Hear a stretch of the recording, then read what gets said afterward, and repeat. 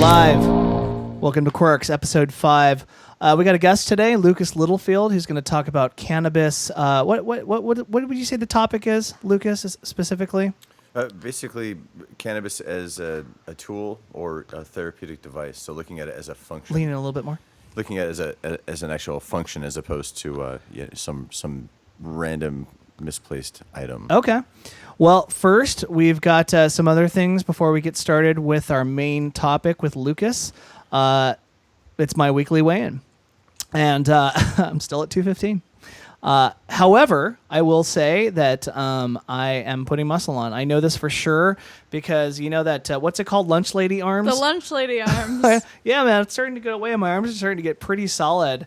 And you even said before that my face looks slimmer. His face looks very slimming on him, on his Scott's body. getting all buff and svelte and I everything. hope so, man. I'm working my ass off, man. I've been to jiu-jitsu now. I tried one of those classes. It was a lot of fun. I've been busting ass. So, oh no, for sure. I really liked it. It was what I like about jiu-jitsu is it's almost like human chess. I'm not a big advocate or fan of violence. I don't watch boxing matches or anything like that. But I'm a big fan of learning. I'm a big fan of pushing myself to do things that I suck at, and I definitely suck at that. You should do it more. Yeah, no, for sure. And I like the intellectual component of it. Cool. Yeah. Hey, Cody. Fun. Cody, you want to take us through the outline for the show today? Yeah. Well, you have your news section, and then we're gonna play the game finally that Scott came. Actually, I suggested it was your idea, but it's the reverse music game, and I'm really stoked for this. And then I have my Craigslist posts again, which I always love doing. Yep. And then what the fact. Which I love that name. That's and a I great love name. the things that I guess the games that you play with us and trick us and whatnot, and then we'll be talking with Lucas. Awesome. Functional cannabis. So it's I your turn. guess it's my turn. All right, news item. All right, the first thing that I have, and I think we've all talked about this on the side a little bit now, but I think it's something that needs to be brought up again, is this headline, I think, kind of speaks for itself. The surprising number of American adults who think chocolate milk comes from brown cows. Oh my God. Wow. And it so frames the education problem in America, I think. The people who wrote this article, or some of the people quoted, were far more gracious and forgiving about it. And they just pointed out that Americans at this point, educationally, have no connection to agriculture or any of that part of society. Or any foundation in fact whatsoever.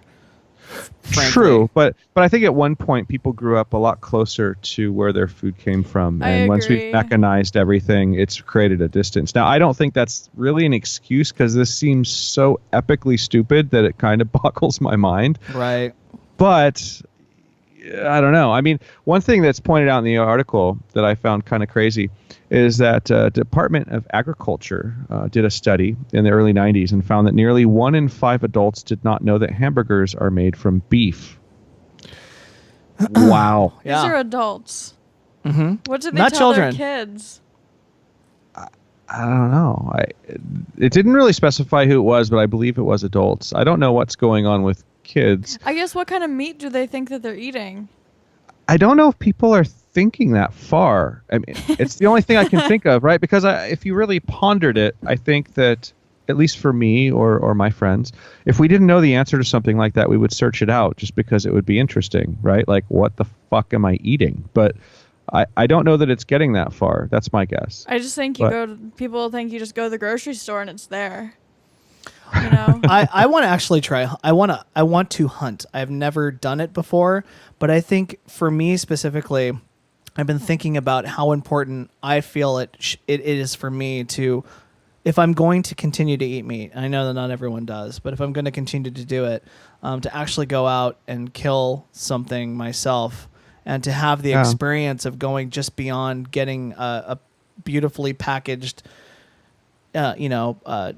portion of meat at the supermarket that I have no idea where it came from. I feel like I should have the experience. It's even called a different name, you know? Yeah. Chicken's the only name of meat that is the same as the animal that it comes from. Right. Yeah, I agree with you. And Scott, I mean, you and I have talked about this before. I feel like, I mean, I'm a pretty carnivorous person, but I really do love animals and everything. And I don't like the fact that my own habits have been so related to the package in the store. I feel like I have to go hunt too, because I know that if I take a life, it's going to really impact me. And no matter what that turns into, whether it turns into a change in habits or it does or whatever, or doesn't or whatever, doesn't matter. But I feel like I should have to take on the emotional weight of what I'm doing. Yeah, I agree. I agree. I so agree. That's why I want to do it, because I wonder if it will change my habits. I have a feeling it probably will. I feel fucked up for saying this, but I really want to see you guys do this, because you guys know I'm a vegan, right? And you guys both eat meat, just to see you guys go through that and hear your reactions to it. We should take it. If maybe you and I can go do a profile. We take a camera with us and record the experience and maybe talk about it on the show.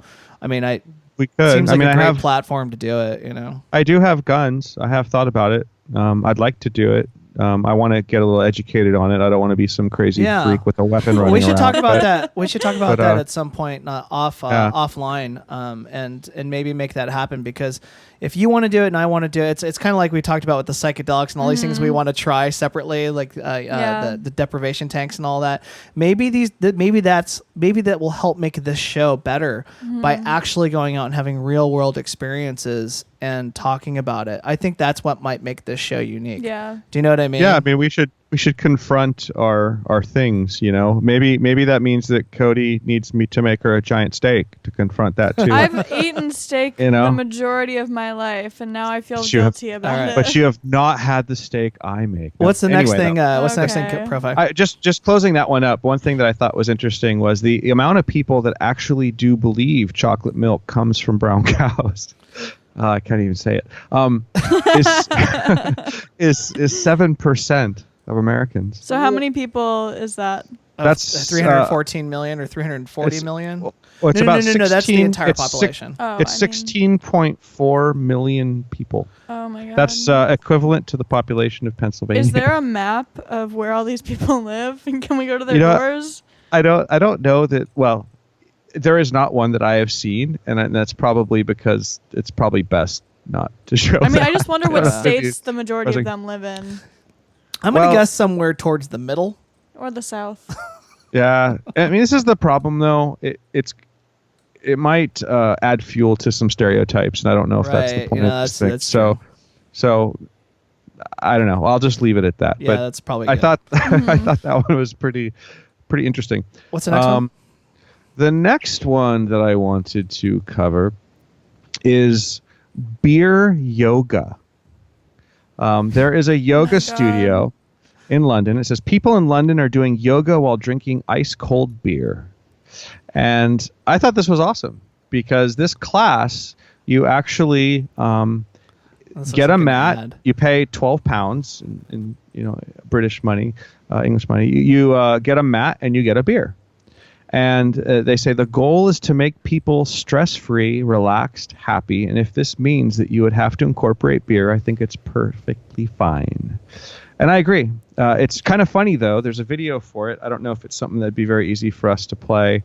But I think if anybody looks up beer yoga, the article that I have is from Business Insider. Yeah. It actually shows the whole class with bottles, balancing them on their heads and doing different stuff. It's pretty awesome. But I thought that it was kind of cool to incorporate beer and yoga. I hadn't quite seen something like that before. Have you heard of the goat yoga? I was just about to say that. I was literally just about to say that. Well, we were talking about it a couple weeks ago, how we want to do a goat yoga class where they're baby goats, so they just jump on you and it doesn't hurt. Yeah. But I heard someone brought it up in my boot camp class the other day. Really? about goat yoga too, and it's funny. It sounds like here such in a Portland. Portland thing, you know. Oh, it's in Portland. I didn't remember that part. It looks adorable, but I don't know how distracting that might be while you're trying to do yoga. I think that's the fun of it. I think the classes are about $30. I've definitely looked into it.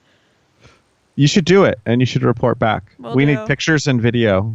Can you manage that? Yeah, I want to do it too. In. Like Naomi's talked about doing it too, so maybe the three of us can go and we can get some video of it. Okay. Done.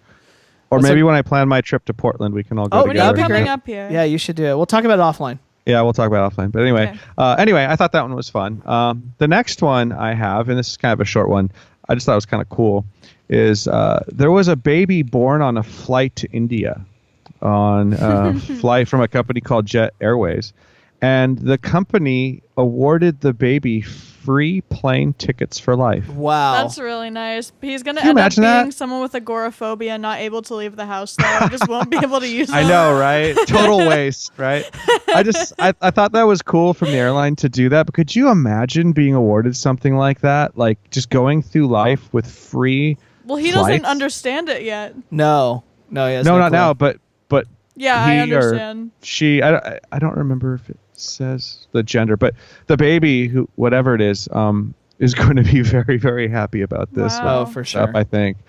I bet he's above anyway. the clouds about it. Oh my god. Yeah, Are you doing the pun thing uh-oh. again? That wasn't Shit. a pun. Oh, well, it It sounded wasn't like a pun. It was a It wasn't a joke. pun. Oh, okay. It was Well, a joke. It was a joke. close enough to a pun that I groaned. I think you just hate it as a baby boy. It did vibe like a pun, but it wasn't a pun. Right. Sneaky. So the next one I have, I thought this was kind of interesting.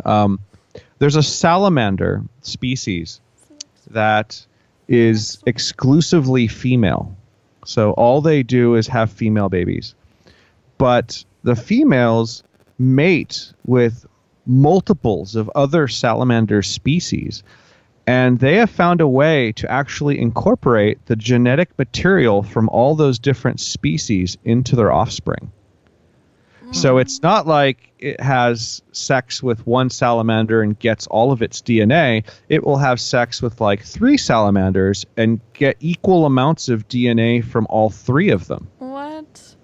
Isn't that bizarre? Huh. I like how they call it the promiscuous salamander. Right? The promiscuous salamander. My stripper name. And there's the whore right there, right? I snorted again. There's the salamander whore right there. Everybody look. That's pretty funny. Does it look promiscuous to you? That's too sexy of a pose. Wow. I wonder if they put up a Craigslist ad for a promiscuous salamander. You know what? You would For find it if photos. they did. I would find it. You would find it. We might be discussing that ad in a future episode. That's funny. Last but not least, and this I just love, maybe having a strong German heritage, but in Germany, there's a very large metal festival. And they decided, because of the amount of beer that they consumed, that the smartest thing to do was to build a 4-mile pipeline What? of beer into the festival. What? A They actually- 4-mile beer pipeline. Wait, I'm trying to Yes. wrap my brain around. They built, and there's pictures. immensity if of you that. go to the link, there's pictures of them digging the holes. Oh, There's shit. huge pipelines going in, just for a music festival. I bet you no one was protesting that pipeline. Oh no, no. I can hear that in his microphone, by the way. Your spinny thing. So I need So- I'm just letting you know. I think that that here it kind of sums it up, because music fans at the heavy metal festival are a thirsty bunch, according to Deutsche Welle, which is a magazine there. The 75,000 attendees each drink on average more than a gallon of beer over the course of the festival's 3 days. Keeping up with that demand has been a struggle in past years. The new pipeline will provide enough pressure to pour 6 beers in 6 seconds. Wow. That's awesome. Yeah, That's awesome. It's so. They're laying pipe German. in the ground for beer. Yeah. What's This the is such a sanitary German- protocol for this? Oh, this is just No. well, this is Germany. These are proper pipes. Trust me. Yeah. I don't drink. this I don't know. The Germans know how to do beer correctly. I'm Yeah. sure that it's the right way. It's a country full of engineers and brewers, so they saw a problem and they solved it, and I thought that was really ingenious. Yeah, that's So- awesome. That's awesome. So that is my news segment. awesome. Fantastic. I liked Well, next is my music segment, my brand new music segment. The first thing is that I just want to announce a new release that I've done. I do a lot of things in music to keep things afloat and also to keep my skills sharp. I have been doing a lot of deep sound design as of late. I've been working with this company, Ilya, who I've had a relationship with since the Deep Sky days. And I've been designing sounds for this amazing, what I think is a secret weapon synth that no one else seems to really know. I mean, people know about it, but it doesn't seem to be very predominant or forward in people's minds. But it's called Omnisphere 2. And that synth is awesome as far as software absolutely synths. Amazing. It's absolutely incredible. There's so many dimensions to it. And it's mostly because of the sample libraries too. The guy who started that synth is a very famous sound designer. Yeah, Eric Persing. He did Bizarre Guitar and Distorted Reality. Some of the most famous sample collections in history that are still getting used for movies and all kinds of shit. Absolutely. Yeah, so it's by Spectrasonics, which is Eric Persing's company. Anyway, I've been getting really into, and just I feel like at this point I've mastered this synth, and I've done 4 libraries for it so far. And my third one, actually another one is still not out yet. We'll talk about that later on down the road. But this one is called Hardwired, and this one was created, if you look at Profi's shot there, why don't we switch to Profi's shot? You see all those synths on the left side there, which is his right, but our left. Those were, that is what is called modular synthesis. And Profi, why don't you explain briefly like what modular synthesis is and why it's become so popular? Okay. Well, synthesis in its basic form is using electronic components to create basic waveforms that are then modified in various ways to create sounds that might be or might not be familiar to the normal listener. And each it requires a number of different stages of operation. One thing that creates a basic waveform, one that modulates it, filters it, and so on. What a modular synthesizer is versus a normal synthesizer is instead of having all those things put together inside one keyboard-like interface or one piece of software, is each function on a sort of scientific level is broken out into its own separate module. What that allows you to do is have functions that are extremely complex, that are really elaborated on. And the way that you put them together to create a sound is you actually have to use patch cables, much like old like telephones real wires. Or something like that. Real wires. Right. And you plug them in together in various ways with 2 different types of information. One sort of piece of information you would be moving around would be actual audible sound, and the other would be control voltage. Right. There are gates and other things, but basically it's different types of data that you patch together to create changes in each one of those modules, and so you create sounds that way. So essentially with modular synthesis, you build your own synthesizer. You build you pick different modules that do different things, and you put together a synthesizer for the purpose on the spot. Exactly. Okay. Yeah. So guys, that's what modular synthesis is. So this new library that I created for this other software synth called Omnisphere 2, and if you go to the shot there, I worked with this guy Chris Northern, who's a guy who's big in the modular synthesis world. We're gonna have him on as a guest at some point too. He's very smart and a lot of fun to hang out with. I went over to his place and this is the shot from when I was at his place, and we noodled around for 2 or 3 hours and recorded just a ton of craziness. And I took all of that source material, and I created 100 and something patches for this other synth based on the source material. That I gotta say, it's probably my favorite library, the slickest thing I've ever done. I see the magical allure of modular synthesis now, although I'm not quite ready to dive into it myself because it's a dangerous financially and otherwise. But this library is about to come out on Ilio, and it's called Hardwired, and I'm super stoked about it. So if you want to check it out or check out what it sounds like, you can go to librarisingmusic.com, and there's a demo up there. And actually, I'm shooting a video for it tomorrow, and there's gonna be a lot of promo stuff on it. But I'm super super proud of it. Next thing is that one of my favorite bands in the entire world, M83. If you haven't heard the name M83, you've definitely heard the music. He is such a prolific electronic producer. One of my favorites, in fact, one of the most inspiring acts out there for what I'm currently working on. He is going to be a composer and musical director of the new Cirque du Soleil. called Volta. That's so awesome. And I am so excited. I've seen a couple of those before, and I love what he does, and I can't wait to see what he does with Cirque du Soleil. Where he's is this incredible. one? I've seen some Toronto, as well, I but think.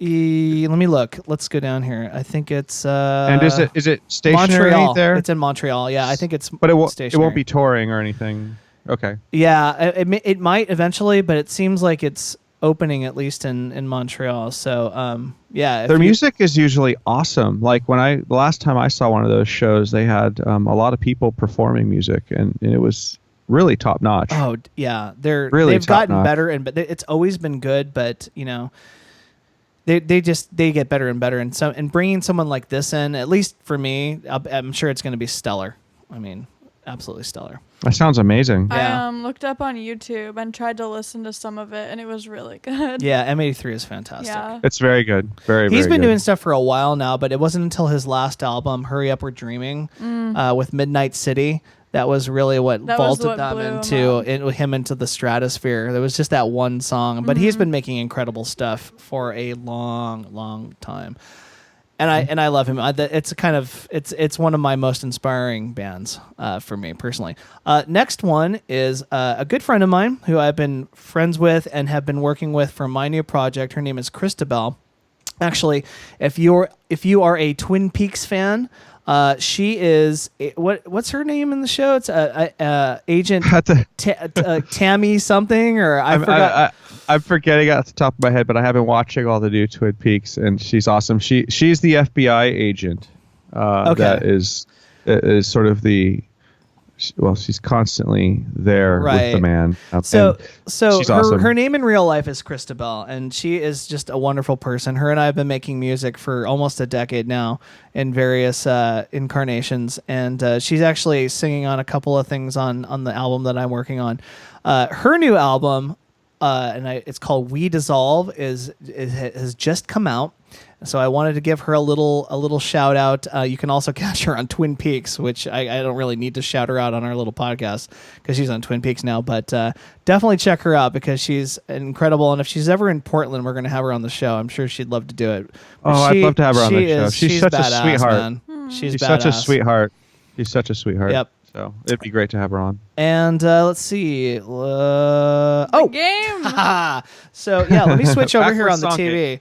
I've got to switch this on the TV. So what I've done is, and this is actually Cody's idea, we are going to play a game, and it's taking clips of popular songs, or I don't know, popular may not be the right terminology for it, but taking clips of some songs from different eras and seeing if anyone can guess what they are. So I'm going to guess it's preview. Nope. Mind you, we've tried to play this game 2 to 3 times. Yeah. And we've had issues every single every time. time. See, this is our 5th show, so we're still working shit out.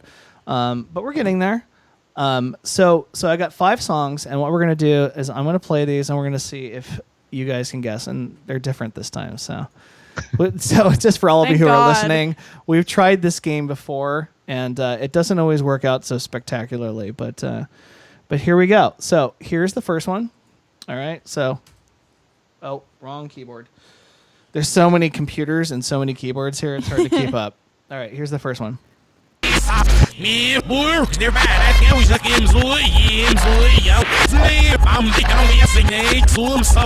got this one.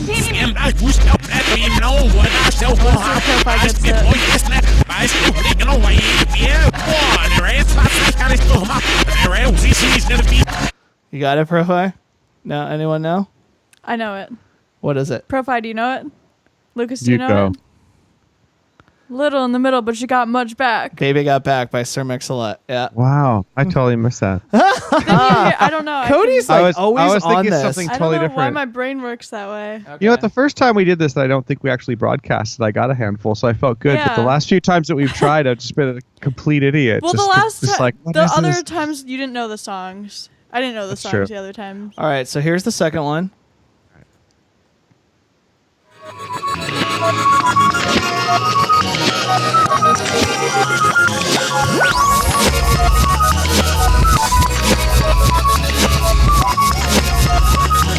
This is an instrumental song.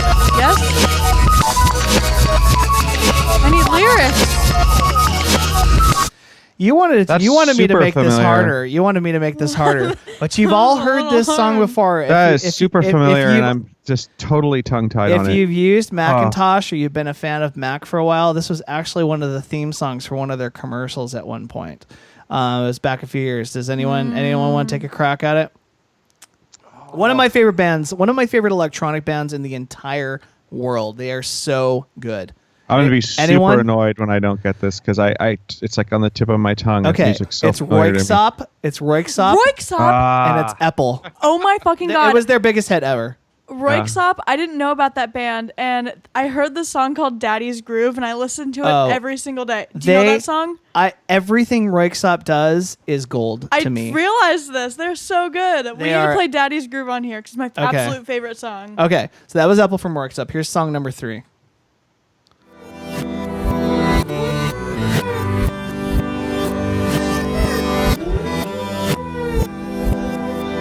I know this song.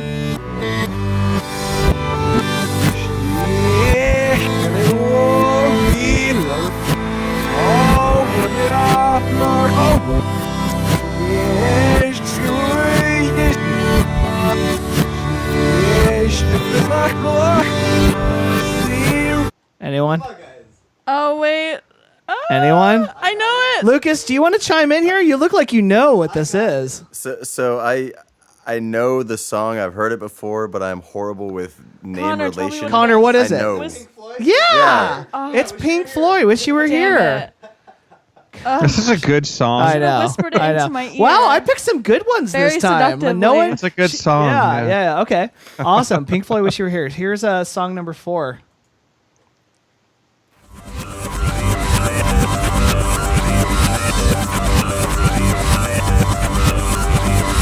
Ah, shit. What is this? Wow, these got very advanced. I don't know this. I know it. What is it, Profi? I can't say. I Lucas, know do it. you know Oh, it? it's driving me crazy. Same thing. I know the song. I know I've heard this. it before. I know probably this. have this. Probably have the CD at home. I can't. Okay, Can't place it. I picked some good No, this ones. is good. Our No. first one that actually gets broadcast and it actually worked out exactly the way I wanted to. That was Underworld Cowgirl. I didn't know that song. Yes, that's totally what it is. Yep. Oh, All right. Here's the last one. Sorry. All right. Okay, I gotta get this.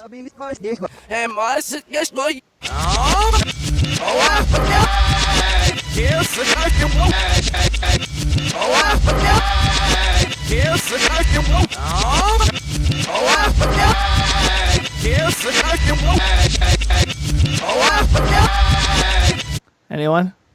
And I'm gonna go on a limb here. It's a Beck song. No. It sounded like the Beck did. song too. I'm a loser, baby, but why don't you kill me? He That's did what- that one yeah. time and I got it, but that's not that. You did get that one. Totally. No. Do you guys want to know what it is? Wait, yeah, Do you want me to play it again? one more time. Okay. One last time here.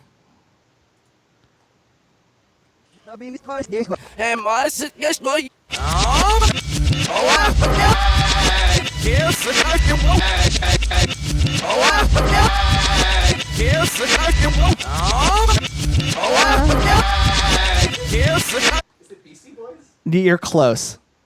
Connor says, "Is it Beastie Boys?" No one can hear you. Just remember that. He says it's Beastie Boys, but that you're super close. Do you have any guess? Do you have a guess, Lucas? I don't have a second I guess don't now. know. I don't Profi? know. Okay. No. Let me give you a hint. It's a rap band. It's No, we got that from the Beastie Boys It's from the comment. 90s. Rap Okay. band from the 90s. Does everyone give up? Yeah. Public yeah. Enemy, Fight the Power. God. All right. That is the end of the game and the end. This was good. Yeah, that was a good one. That was You made better. it. You made it hard. yeah.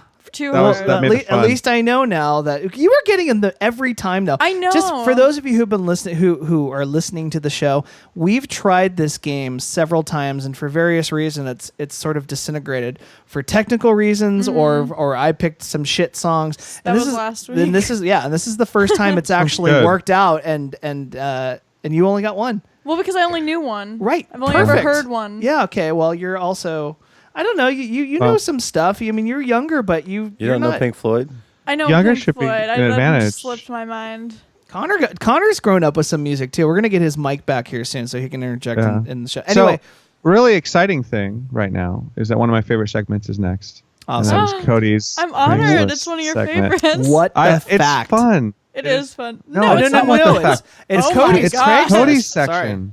Yeah. Wow. I want to hear. I want to. I love this Craigslist stuff because there's so much weird I know. fucking shit on Craigslist. I know, and I've expanded my horizons. So I went to Florida, right. New York, and Hold on, let me Cleveland, get my this hometown. switch back over here.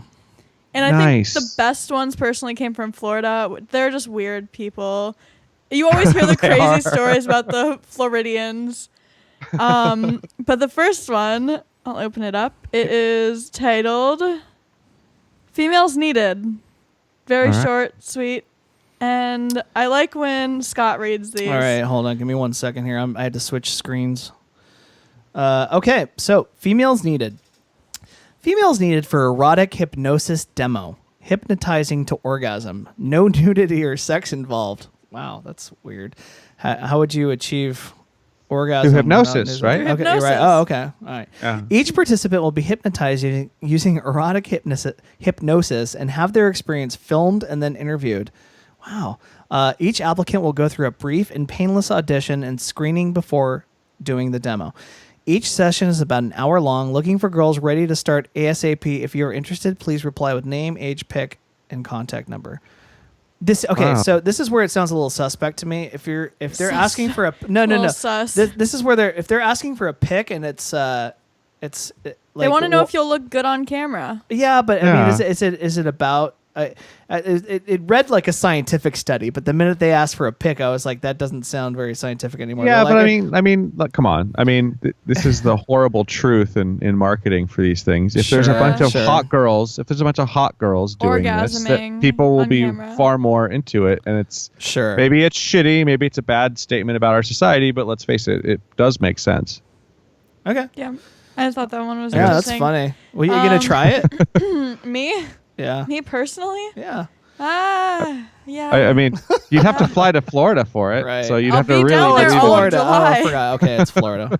All Maybe right. if I need to make a quick $100, get There you myself go. a Disney I thought it World was local. ticket. Sorry, that's why I asked. No. I'll be down there all of July though. Okay, so the next one is very sneaky, but it's a woman asking for someone to hit on her husband. All right. Hello. I am willing to pay you, amount negotiable, in parentheses, to help me set up my husband, in parentheses. Well, not exactly. So here's the spiel. I say not exactly because I don't want him to actually go for it. I am setting him up to see where his loyalties shit. Oh man. Where his loyalties lie, and I'm hoping he will turn you down. Wow. Okay, this is a problematic marriage. I right know, here. and she Okay. says it later. Don't worry, I will not be upset with you personally if he does not. I will be thankful. This is fucked up, man. I am not going to tell you our This whole is relationship really story, fucked up. but I am assuming you already get that there are trust issues here. That's all you need to know. This is making me like angry inside reading this. That's all you need to know. I am a woman. I need a woman to confront him this evening when he leaves his meeting and attempt to flirt with him, initiating sex. Not that you have to go that far, but we can discuss details when you apply the set. I'm not even reading the rest Wait, of no, this. no. I'll read the rest of it Okay. because right. the requirements are white female, aged 18 to 26, curvy but not fat physique, fit if possible, attractive, educated. This one's the kicker. Willing to kiss, but knowing when to cut the contact and leave. Dude. And then trustworthy, which Oh jeez. This I is don't know if so she'll messed trust up. anyone. This That's is so messed up. yeah. I don't approve of that. I you know what? If you're If you're taking the time to post on Craigslist, you have an issue. if you're having to that work many through. problems, you married the wrong person. I think. That's Or probably you married true. yeah. They just turned into the wrong person, or you turned into the wrong So- person. So I'm thinking Scott and I come out quickly very against it. Cody, it sounds like you're against it as well. Oh yeah. What about you, Okay. Lucas? Well, I noticed that the compensation is an online transfer, so I might apply, and then get paid, and then be like, "I'm sorry, I never got the payment." I just think that Funny. if you have to go that far, you're in the wrong relationship. I hate fucking games. Nothing pisses me off more than games. I'm so grateful for the relationship I have with my wife because we just don't have games. We don't have that. I feel really bad for people who have to do this shit. Yeah. Well, it's like if you really trust, then just ask. And if you're not going to trust the answer, then Exactly. then what's the point of the question Exactly. in the first place? I agree. Yeah. It's just It's a new it's a low. sad. Yeah, it's a sad statement all around. Well, Yeah. Well, we'll moving just move on. on to the next one. I put this up here for y'all to look Y'all. great. I already see 40-year-old something. So, at. Need a fake friend. all right. I am trying to trick my friend into thinking that I have a 40-ish-year-old boyfriend. I am 19 in parentheses, who is kind of sketchy. Fuck, man. Who are these people? I basically need no pay. I basically need someone to take selfies with me at different locations and maybe take some Snapchat videos that arouse worry and suspicion. What the fuck, man? Reply if interested. We'll compensate with a meal, probably pizza. Like $10. Like $10 max. Yeah. So what 40-year-old is going to take time to go get compensated for $10 and play a stupid game with a Pizza. 19-year-old? Oh, I know.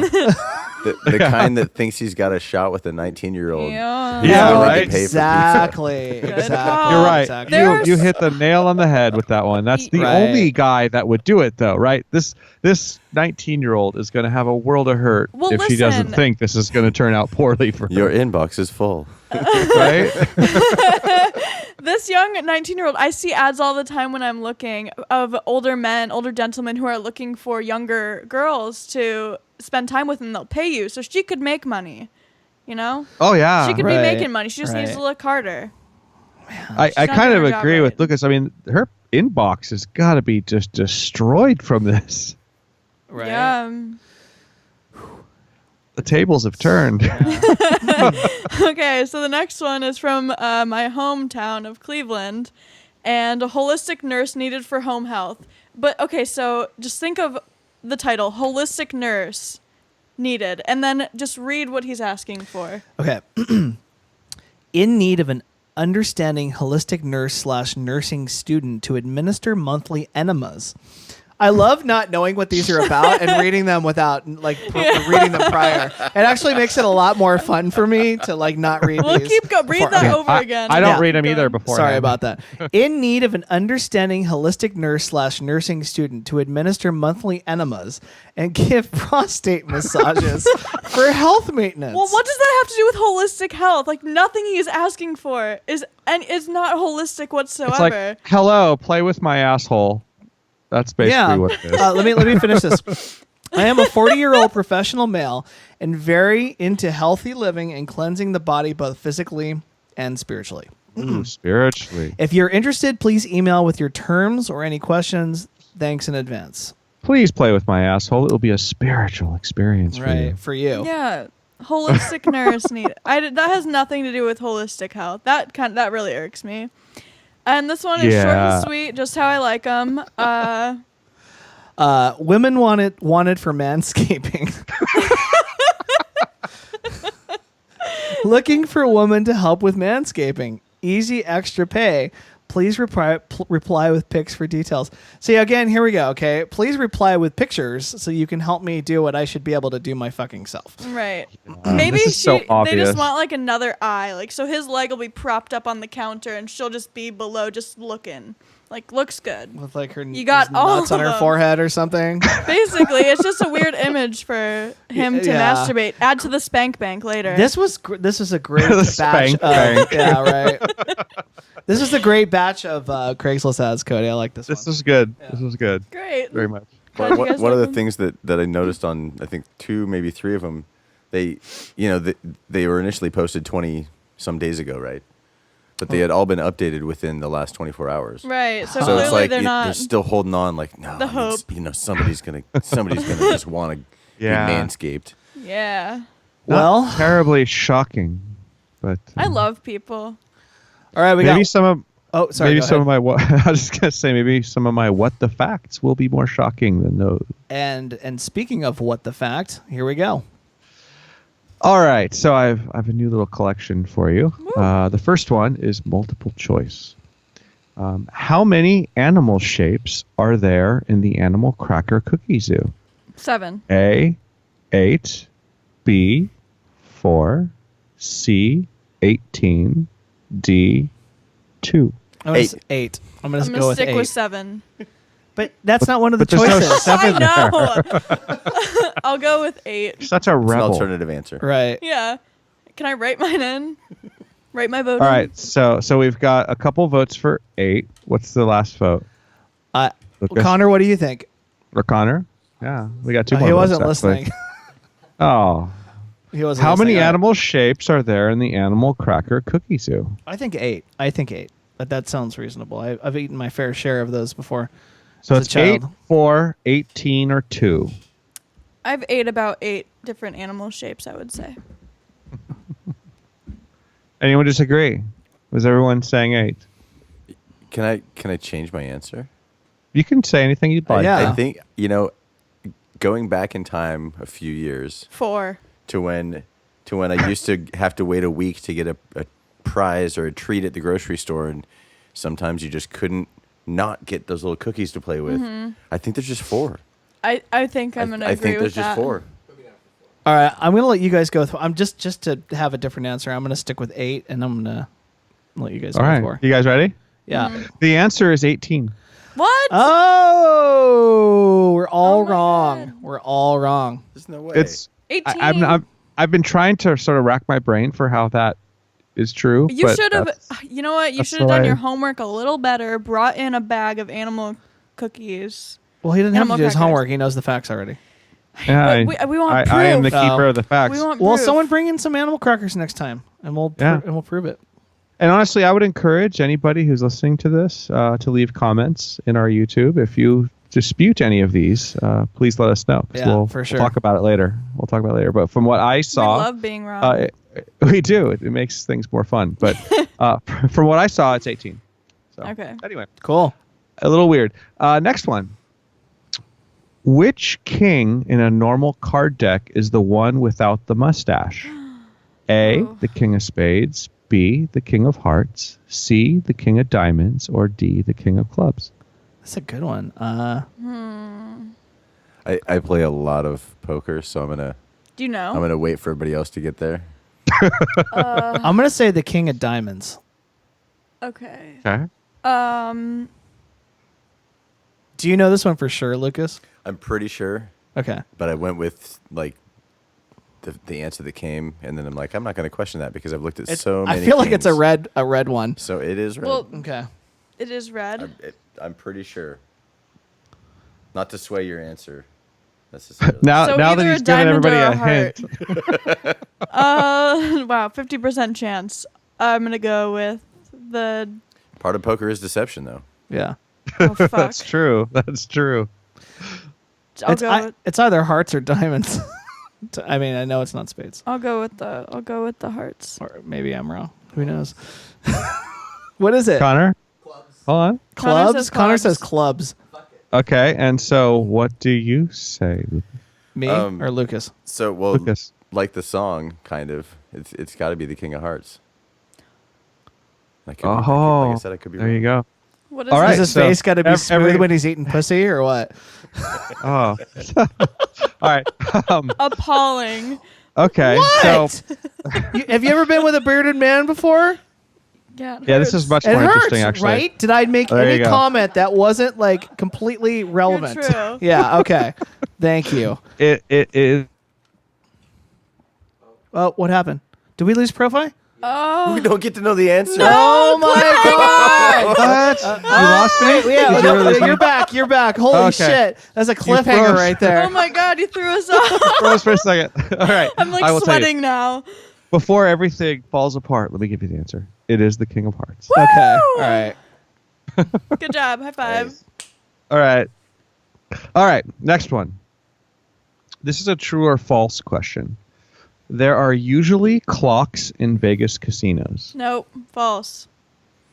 False. Not Absolutely. clocks. Yeah. No clocks. No clocks. No clock. I know that for a fact. They're correct. Look, Yes. yeah, it's false. Okay. All right.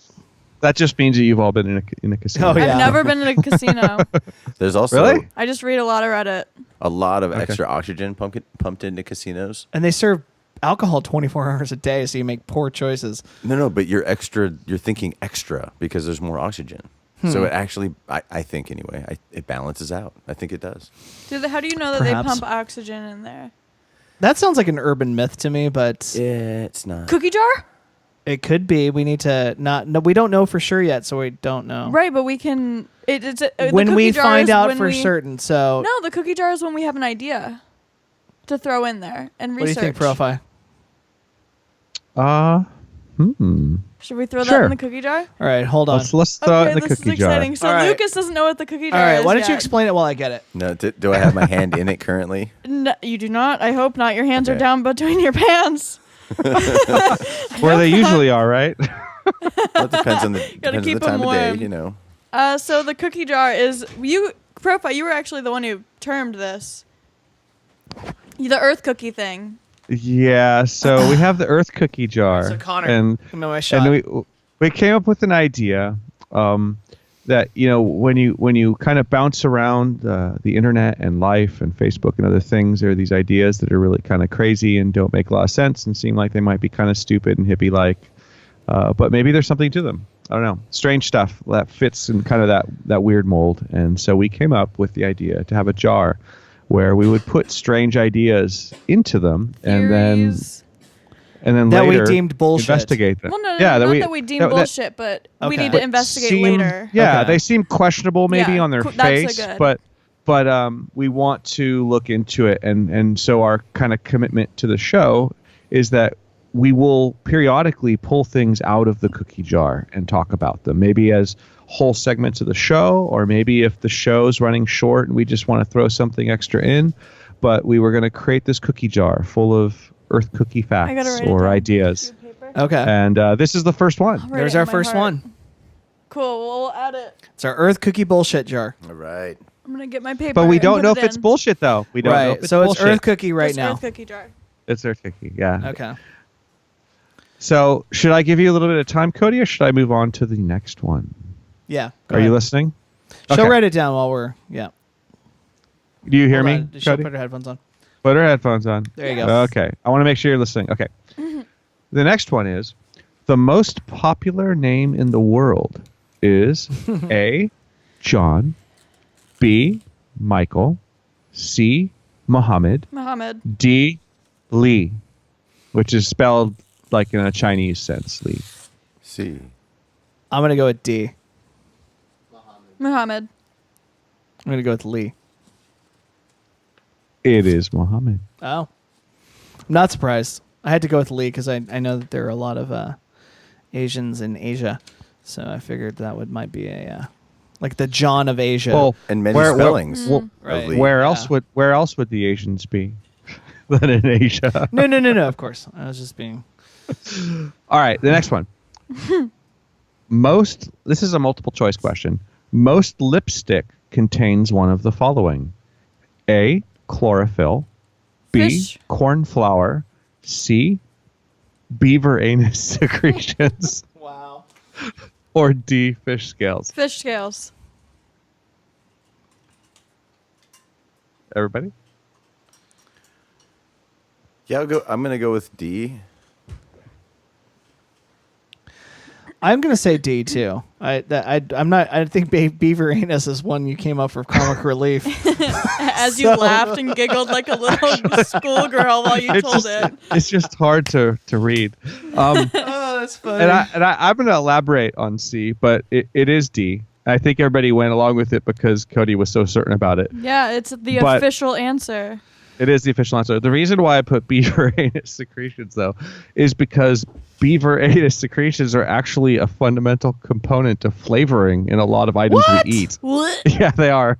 This is maybe kind of expanding on What? this what the fact. But I don't remember if they're there to make raspberry flavor or something like that, but beaver anus secretions are absolutely a major flavor component in foods that we eat. That Like is raspberry flavoring. What else? So I can avoid I'm it. thinking it's raspberry right now. Maybe I'm wrong, but I've read about it before multiple times. That's It's kinda definitely weird. true.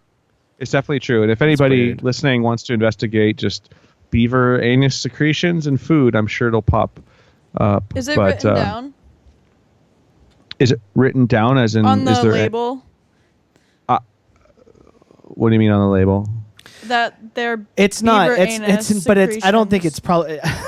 I don't think anyone Yeah, would buy there's it if a- you well- said that. And there has well, to be Is that some. what natural there has to be some flavoring technical falls chemical under name there? for it that you know it It probably well, falls if under you- natural flavoring. natural flavoring. If you were to type that, I think no, it does. It actually does. does that mean does that mean that I could pee into a casserole and call that natural flavoring Absolutely. too? Oh, it does. Okay. It does absolutely. Wow. It does fall under natural flavoring, and it was in that context that I've read about it before. I think if you typed in beaver anus or secretions in food, it probably would come up under that heading. I know that there's a gland that they have there, and that gland has a secretion that's used for food flavoring. That apparently is tasty. So who tried it for Delicious. the first time to decide that it was? I mean, who? That's there had to, what there I've had to always have been wondered. a guinea pig to taste beaver anal secretion. Wow, this might go good in this. Well, what was the first guy who was trying to milk a cow doing? Well, I mean, we all know that milk is, Yeah, milk is Yeah. something you can bring back to a human. I don't think level, that No, right? Any- I know that, but like, what was he doing? Like, how did he know that? Well, we know that milk is nurturing Dreaming. and has nutrients. I mean, You it's- see No, baby I know cows that. sucking on udders, right? I mean, is that if that's not a similar act to sucking on a Yeah, breast that as a makes mammal, sense to I don't me. know what is. Yeah, no, I get but that. sucking on beaver anus secretions Yeah, this is that- a little different. someone I've had wondered the to same s- thing. someone Who had to came up with spearhead that project. Oh, God. I'm really glad I wasn't that right, person. right. But anyway, that was that. You Awesome. should go hunting for your own natural flavorings Right. for dessert. All right, moving on. The next one is also a multiple choice. What is the most amount of times you can fold a piece of square paper in Oh, I know Seven. this one. I know this one. 7. 7. A 7 or 8? 7. It's multiple choice. Go ahead. I'm gonna wait because I think Okay. I think they're incorrect. Because A10, B4, C13, D7. now you got me up against the wall. I'm going to say 7. It's 7. I It's definitely 7. if I was gonna lose money on this one, I'd go with 7. But I'm Lose gonna money? say 10 because I think I tried 11 and that was where I had to stop. It was 7. Oh Okay. man, I swear You're I a got master past. I've heard this if I you fact swear I got before. past 10. 7. I got past Yeah. 7. This one, It was no, you huge. didn't. We started the piece of You paper didn't? was so big when we started out though. But that's the thing about this whole thing is that it Yeah. doesn't matter how big the piece I've of heard paper that is. too. I've It heard doesn't Well, what have if any it's how impact. thin it is? It doesn't have any impact on that Zero either. impact. And you know what? I welcome all three of you to Tissue pick paper. up different pieces of paper right now and try. But I'm No, pretty I'm sure that good. this is a universal fact. I don't know why, but But I think Cody It brings is. up a possible, like, within the limit of physics understanding at the point that statement was made and understood, we may have had paper only so thin. There may be some, like, elven paper out there that's been Elven folded paper. so thin that I don't it think could be this is- 10. like maybe rice paper. It could I don't be think 10. that this Right, has. right. I don't think this relates to the thickness of the paper at all. I think there's just a physics thing. The way that it multiplies, it's sort of an exponential curve in the way that resistance is probably created from the folds. But I've heard this before. I don't know. Maybe we could try it. Yeah, I would love to try that. Maybe know? like a Mythbusters kind of Do a little thing. You'd have experiment. to start I'm with a sure that would not be huge thrilling. piece of paper. Right. Huge. And get So- a bunch so of we That'd be could try- thrilling to me. I love Mythbusters for that very reason. Just seeing like practical application, real world experiments of that. I mean, Yeah. that's super fascinating. I love. So we this. could try. We Paper. could try with like a normal piece of paper. We could try with a very large piece of paper. We could try with an extremely thick piece of paper, and then we can try with something like. Tissue paper. And this relates a little bit to our final segment, but like paper rolling, like joint rolling There paper, you go. because it's really thin. Huh. We'll see how it goes. Anyway, we don't have all that on our hands right now, so let's move on. But it was kind of an interesting one. I've heard it too, so I figured you guys might get it, and you did. So Congratulations. I only have two more. They're both true or false, so this will go quickly. The first of the two is 1 in 4 Americans has appeared on TV. True or false? False. No. Wait. Appeared on TV as a star of something, or No. I in don't the think. I don't think a background? star. Probably the 1 in news 4 Americans has appeared on Need TV. That's it. clarification profile. Oh, true. I'm gonna go with true. Yeah, I'm then. gonna have to go true as well. Connor? Connor, what do you say? True. He says true. Unanimous. You're all correct. What's the Yes. factoid behind that? Yeah. On that one, I don't know, and I really wanted to get it, but I was running out Okay. of time because that one's kind of funny. Shots from I like- space. I like to grab Google them. when- Earth. Oh, that's right. That's actually, I've heard this before. That is what it is.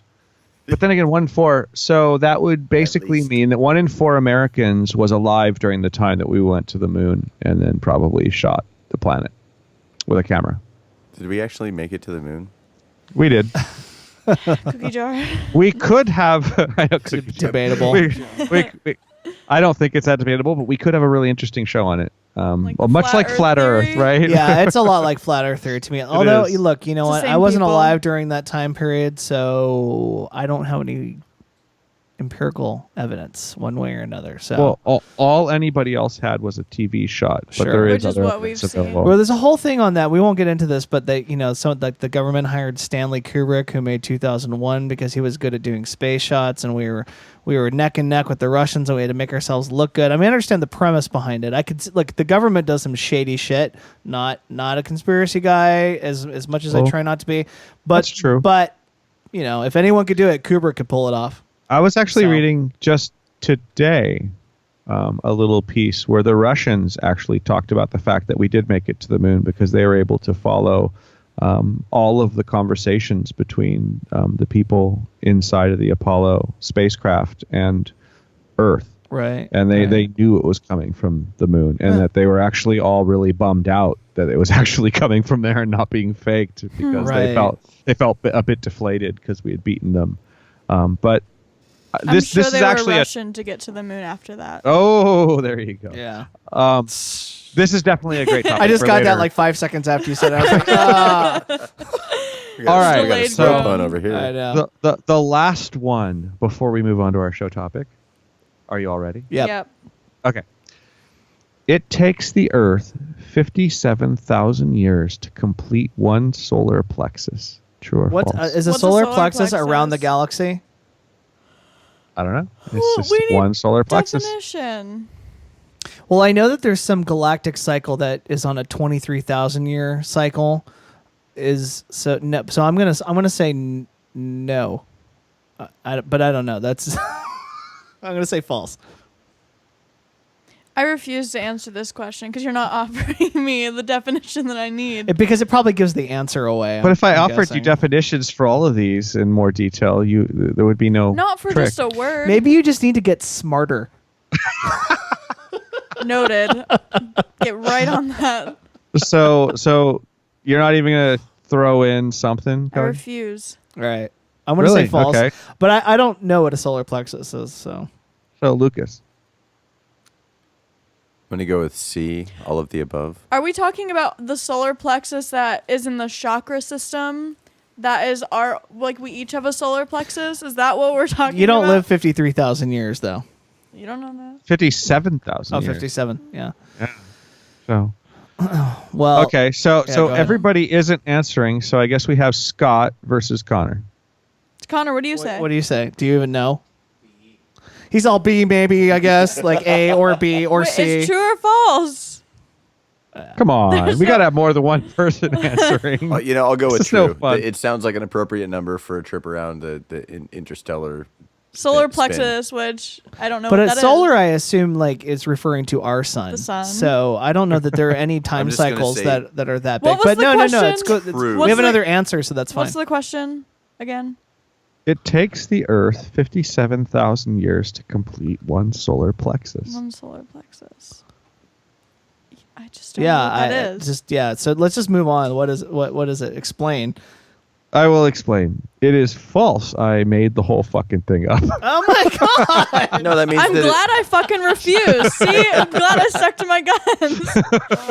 That's good. I like that. Good job. Is the That last was a question dick always move. always to No. get the guest to give in? No, like no, the no, last no. Like, okay, fine, I'll answer No. if you guys are gonna hold up. Well played, sir. Well played. Thank you, sir. So I think now we are on to our show Our main topic topic, with yeah. Lucas, Yay! who is a professional industry consultant from the cannabis sort of area. And Lucas, would you like to give us a little bit of a intro and a little bit about yourself and what you want to talk about? Sure. First of all, you guys, it's a pleasure being on the show today. It's been fun getting to know everybody and listening to what you guys have done so far. Culminating to your 5th show. I've been listening to a lot more radio recently, both online and in the car. So it's neat to see it live and to see it go through its evolutions and hear things that are super awesome and hear things that I can tell you're working on. What I mean? There's plenty of that, right? But it's cool. And this is something that if I knew about and I knew, the time and it was something where I didn't already have a meeting kind of deal, I would totally tune in. It would be something that I would even set an alarm for, on a weekly. We're honored. Well, thank Awesome. you. Thank you. Thank We're you. glad to That's have awesome. you. Yeah. So a little background and intro for me. I'm from Idaho originally and came out to Oregon, not necessarily with the intention to get involved in marijuana, but it turned into that really quickly. I read the law. Is it because you're a smoker? Is that the inspiration? Kind of, but not quite to that blatancy. It was more. When I first started smoking in high school, all of my buddies that had the hookup, they all knew like what was dank or what was good or what was what was going to be worth your dollar, whatever it was. They all knew it, and they were all full of it. Like they all had something different to say, talking about the red hairs or the colors, the smells. I mean, and different things come into play at different points. But I didn't know they didn't know until I started just questioning people's statements and finding out that really nobody had a clue. It was all just a sales pitch. So coming out to Oregon, I found out that was absolutely happening out here.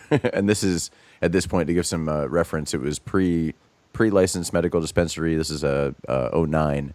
So the medical program was ongoing, but there were no licensed dispensaries at this time. It was, it was pretty laid back.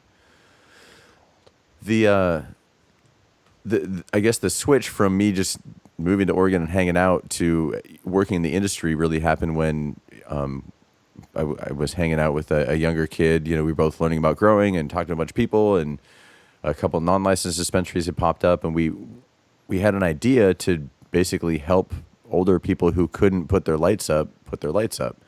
And that quickly turned into more of an assistance-based program, but we wanted to do it, like a landscaping business where we charge you an hourly rate. We'd show up, you'd have questions, we'd have answers, we provide services, as opposed to more of a, what some folks have called a guerrilla approach, where, we'll show up, we'll set you up, we'll help you operate for the first 3 cycles. We're going to take the first 3 cycles, you deal with it, and then after that, you should be good enough to grow on your own, and we're out.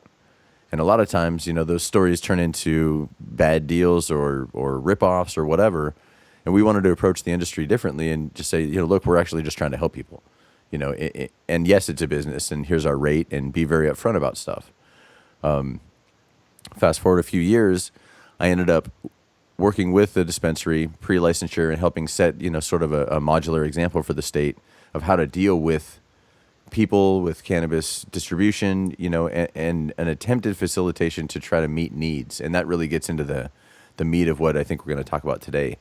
I'll run you through what a typical patient interaction looked like at this dispensary. And this is sort of how I started to realize that I knew what I was doing in cannabis. A patient would come in, get checked in, put money in their account, and then be escorted back to a private back room where we'd have the different choices of medicine. At this point, it was pretty much all raw flower, so buds in jars with different names. And testing was just kind of coming online, so some had numbers, some didn't. And there was no requirement to work with those, so I would basically ask people that came back, like, what are you looking for? And some people knew strains, so some people would ask, for a different name. Some people knew about THC. Some people knew about indica sativa, or they thought they did. So they'd ask about all these different things. and which was fine. But what I really tried to get down to with them as quickly as possible is what kind of an effect are you looking for? Because if we can break it down into effects-based application, then we can solve problems, even if that's getting high in exactly the way I want to get. Right. Right. For example, if I weigh 400 pounds and I'm working on weight loss, I shouldn't be using cannabis that's going to induce my appetite, make me more, want to eat more, give me the munchies. So how do you actually take that kind of a desire or need from a patient and then turn it into a strain? Like, what's the mechanism or what's unique about these strains that allows you to distinguish between And how do those you effects? figure that out? Yeah. Right. So first of all, guys, thank you for the questions. This is going to be a great way to do this because there's a lot here and I don't have all the answers. Like, I'll be very upfront with that up front, is I don't have, some book or some reference guide to have all of the answers here. One of the things I found my abilities coming out in a good way in the industry is that I can take problems and solve them pretty well with what's available at hand. So what we're working with right now is a plant that can produce a lot of different things, and we have a fair understanding of it. And then we've got things like policy, regulation, and government that come in, and they've all got their things to say. And so it gets pretty confusing and convoluted, I guess you could say. So when we look at functional application, ideally, if all the research were there, if we hadn't had this thing, on probation basically for 30 years, all the probation and whatnot that had gone on, we would have a lot more understanding to the actual science behind it, because we don't. Right now, a lot of it is a best guess scenario. So what do we know with some level of certainty, and how has that like sort of informed your toolkit That's a when good making question. these decisions? Or these, So Profi, what I'm going to do is I'm going to tell you right now, and for those folks that are listening right now, I definitely recommend, for this section of the show, you're going to want to listen to the whole thing, because some things are going to not make sense in the first statement. They're just not. Okay, so you want to definitely follow this thing through till the end. When we're looking at making this stuff work, right now we have, and what I'm going to tell you right now are all of the wrong things. And when I say that, I don't mean to say that anybody out there is wrong, right? We're all using the information that we're provided. We're all doing the best we can to get somewhere, which is hopefully to a right answer. But right now, this is misused vocabulary. So I'm going to go through some basic vocab and explain how it's used right now, and then explain how it should be used in an ideal world for true understanding. That'd be helpful. Okay. So we've got some basics. Cannabinoid. Okay. Cannabinoid. And there's a lot of different tomato in there, right? So we've got cannabinoid. Cannabinoid. And what that is the active ingredient produced by the cannabis plant. And I hesitated a minute there before I said active ingredient, because the cannabis plant produces a number of things that are functionally active when applied appropriately. So real quick, Uh-huh. just for anybody who happens to be listening who doesn't know what cannabis is, because there may be two in the entire planet at this point. Yeah, that's The It is marijuana. marijuana. It is Mary it is Jane. pot. It is that cannabis is the technical term for this family of plant, right? 100%. And thank you, Profi. I've been sort of trained through the work that I've been privy to use the word cannabis first and foremost, because it is the scientific name of the plant. Marijuana, weed, buds, dank, smoke, grass. I mean, there's so many. There are books upon books of the The different wacky surnames. Yeah. Wacky tobacco. And as I've I heard, love that one. this show is very punny of sorts. This industry we is... try not to be, They but hate me. someone Well, wants today, to Cody, make it that you way. win, because this industry is one of the punniest industries out there. And I'm not going to get too into the weeds about that, but you guys will find out that Into it's the very weeds, true. yes. They're coming. I love it. They're coming. It'll continue to grow Uh-oh. until we can cultivate the right take on the whole. Oh my Cultivate. gosh, here we go. I see where this is going. Sometimes. All right. So again, I'm going to go through a lot of the vocab and what it is not, and then we'll go into the what it is kind of stuff within marijuana, weed, cannabis. And for me, if anybody uses, there's not a right or wrong term, because the government has told us what to do for a long time, and they've had improper information, and or they've just chosen to tell us the wrong thing. So if you call it marijuana, I'm not going to scold you. That's fine. There's definitely some racial background and history to the word marijuana. If you guys ever want a diatribe of marijuana history and whatnot. Was it profiling Mexicans? 100%.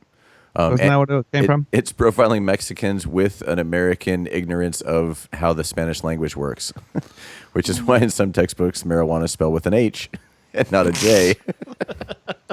Wow. There's a whole shocker that the white man did something like that. Yeah, there is a whole plethora of racial context, of industry context, disadvantageousness for low socioeconomic status folk. There's a lot of stuff politically that went on with marijuana, and it actually had a lot more to do with tobacco, alcohol, and combustibles than it did with marijuana. Marijuana ended up just getting literally the short end of the hemp stick. I was reaching there. That was a stretch. So, all right. So again, we're gonna go through some more vocab. So cannabinoid, the cannabinoid is the functional. It's the ingredient. It's the thing that works. It's the thing that gets you high. It's the thing that makes you better. It's the thing that makes things happen from the cannabis plant.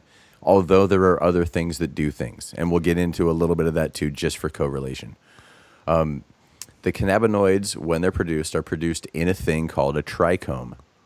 Okay, the trichome is, and if you Google it, it'll pop up right away with images. It looks like a little clear or opaque or sort of milky mushroom looking deal, and that little mushroom deal is actually a straw made of organic material, and inside that straw is an oily substance that is collective cannabinoids. So you've got the little straw that is the trichome filled with this cannabis sauce.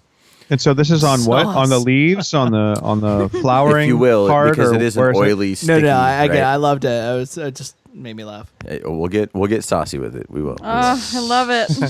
So where is this on the plant? The cannabinoids produced in the trichomes are produced on the surface of the plant, and that's actually Profi. Another great question.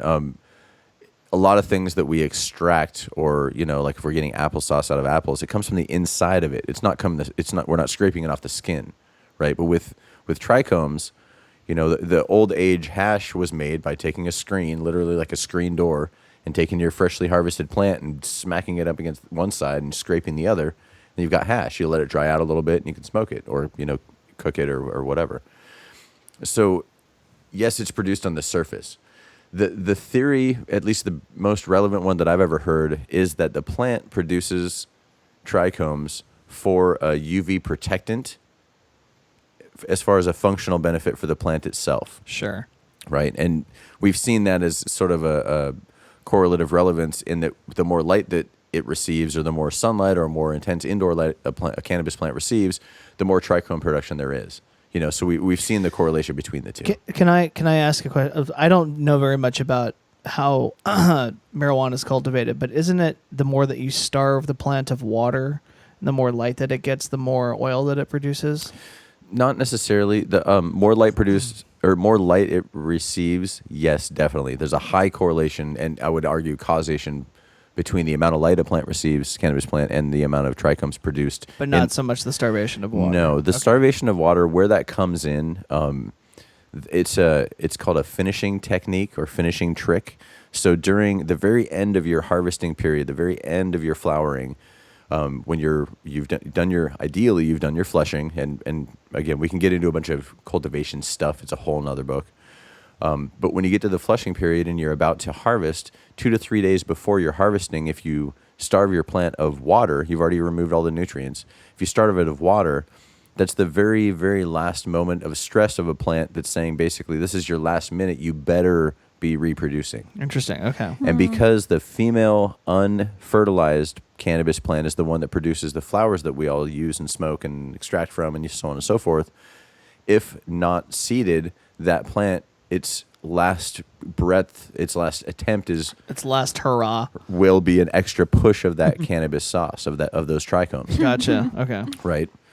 So it's a trick, but you don't want to do it over the entire life of the plant Okay. because cannabis is very water needy. It needs water in a big way. It can survive without for a decent amount of time, but once it's dry to a point, it will not come back. Right. Okay. Yeah. So we've got trichomes.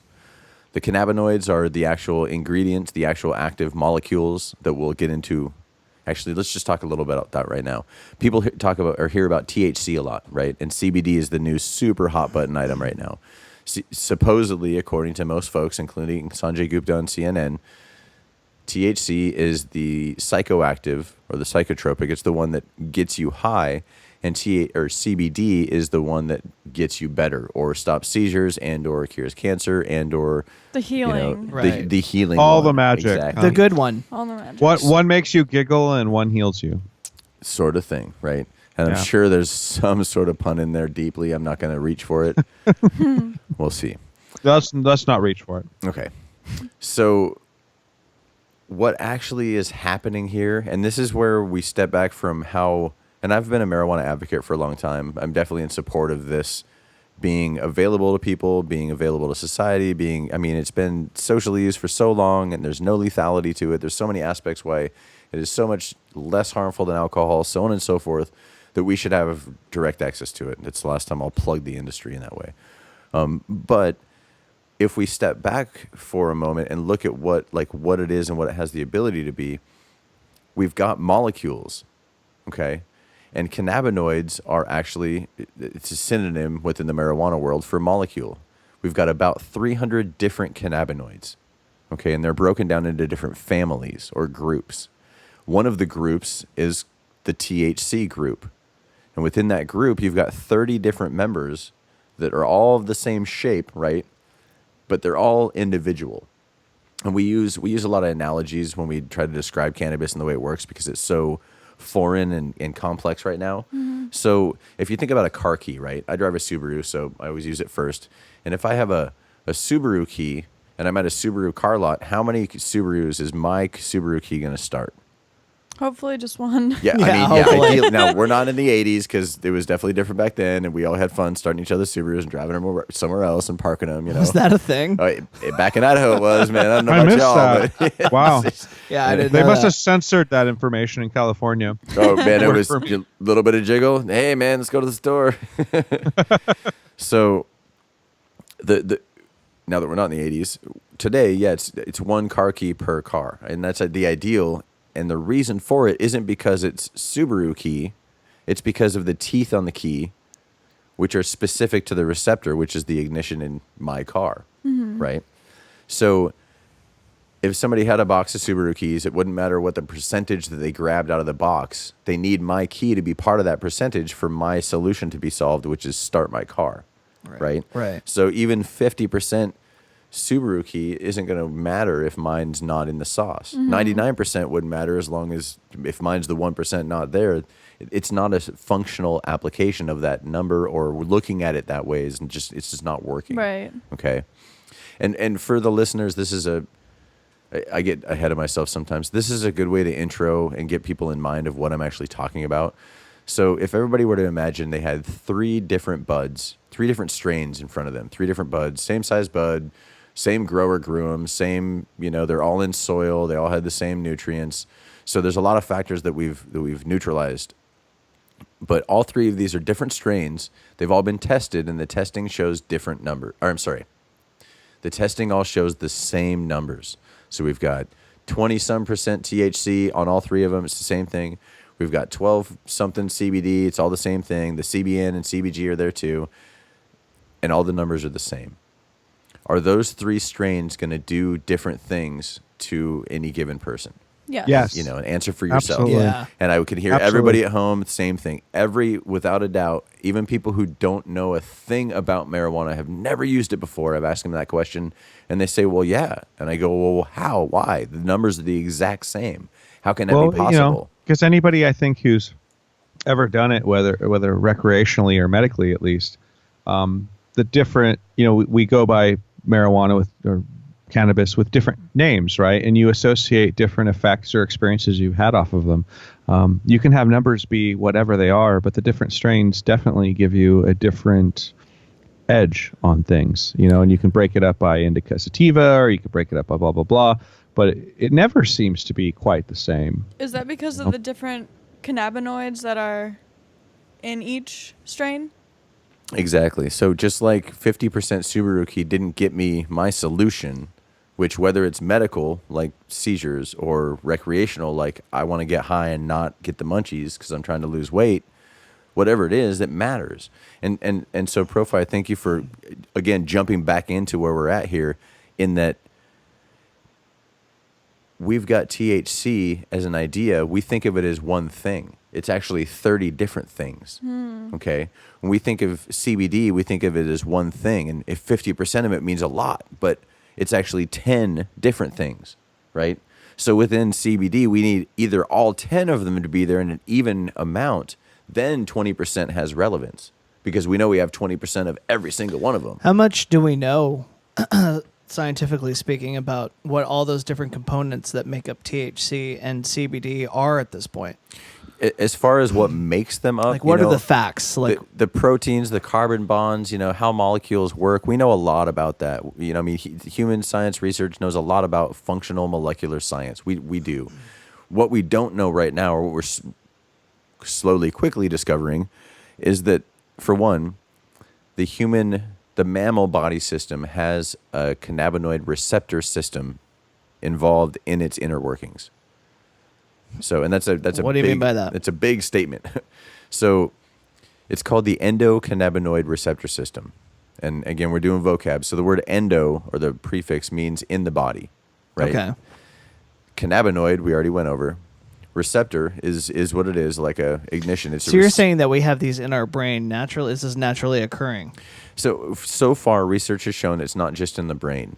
We have different types of receptors, and eventually, as the research that I'm privy to has shown, the receptors are going to be akin to the different cannabinoids. It's a 1-to-1 match. This is just in mammals, or? So far, mammalian bodies are the only ones that we've seen a full receptor system in, but there has been some. I've read a few fleeting studies on other breathing beings having a cannabinoid receptor system. And then one thing about mushrooms, something about the mushroom's regenerative system being cannabinoid similar. That's interesting. It seems very similar to DMT. Yeah, we definitely have receptors for that as well. Yep, and this is one of the things that I mean, in my studies and background, I'm one of those that believes that the cure and the cause are within an effectorant's reach of it. So if I'm a mammal and I get caused poison like by something, that if I have a hand on that, I should be able to reach out my hand and the cure is within. I mean, in a forest scenario, obviously, the cure is within that distance away. I really think that nature provides things, and these systems of matching and engagement they're there for a reason. I'll throw out a really cool reference for your listeners right now. There's a film called The Botany of Life. It's a really cool film. It's a 4-part film, and it goes over it goes over tulips, potatoes, apples, and marijuana, or I'm sorry, cannabis. I know it gets me too. Yeah. But it goes over those four plants and production systems, and it talks about their involvement, engagement, and interaction with human development and evolution across the planet. And it really goes to show, potatoes, for example, are an amazing. I mean, coming from Idaho, I'm a potato fan, regardless, right? But it's quite interesting to look at how much the fast food industry with French fries has changed the potato development and potato production industry. Potatoes, we used to have dozens upon dozens of different kind of potatoes, like different varieties and different strains and different production types and different environments they grew in. Simplot came in and said, I want russets, big, bold, and I want them all to be the same strain. So then we get into different scenarios, and I won't tangent too far down that rabbit hole. But without going there, though, please, just real quick, please. One thing that's interesting to me is that these really primary psychoactive compounds. You have something as potent as like DMT, or something like cannabis, which is has such a huge connection to humans. They all have receptors for it. It implies that evolution itself occurred with humans in these plant sources, along with the plants. Right, along with the plants and with their ingestion as being a critical part of what we were experiencing. We have mushrooms, we have cannabis, we have DMT, all of these substances, which are some of the most I mean, minus LSD, which is semi-synthetic, those are like the fundamental psychoactive compounds that humans are famous for experimenting in. And we evolved to have receptors specifically set up to take in what they produce, right? And of course, I don't want to delve too far in this direction because it's probably a whole show, but Terence McKenna pointed out, I think very articulately in one of his famous books, that it might have been the trigger that transitioned us from primates on an ape level to being what we are now as humans, which right? Triggered, that like consciousness as we know it, self-awareness, exactly. Right? Because these are very potent compounds, and these are the kinds of experiences you have, right? So that there's something really interesting about that. That's a really interesting perspective, like a thought, actually. Well, and Profi, there's actually proof in that pudding. So the mammalian cannabinoid receptors are not an identical match to the cannabinoids produced by the plant, as they're called phyto, which means plant-based. So phytocannabinoids produced are not an exact not an exact size replication of the cannabinoids produced by the mammal body, but they're a similar enough shape that they can, sort of like you get into geometry, similar triangles by definition are the same thing, just a different relative perspective. That taking that approach is the best way science has seen that this works out, because our body produces cannabinoids and we have a receptor that's the same exact shape and size for them. Yet this plant produces these very, very, very similar sized, exact same shaped cannabinoids, and our body can receive them. It's just that it takes a heat application to actually turn on the cannabinoid. And that's another little tidbit of science that when I find these little things out and it blows my mind, I want to share it with every single marijuana friendly person in the world, whether they're using it or not, or they even if they hate it, I'm like, yeah, except for check this out, science. I wish more people thought of life that way. Oh, man. Yeah, me too. So there's this little letter, and anybody who's ever gone to school is probably more familiar with this letter than any other letter of the alphabet because it comes first. It's a little letter A, right? A. Alpha. I was going to say E, but... So, and interestingly, Canada is so much far ahead of America in cannabis industry and research. It's phenomenal, eh? So, any of the letters that we know, that we think we know, THC, CBD, CBN, CBG, there's actually 12 of these letter combinations. And these are all family names or group titles of these different breakdowns of cannabinoids.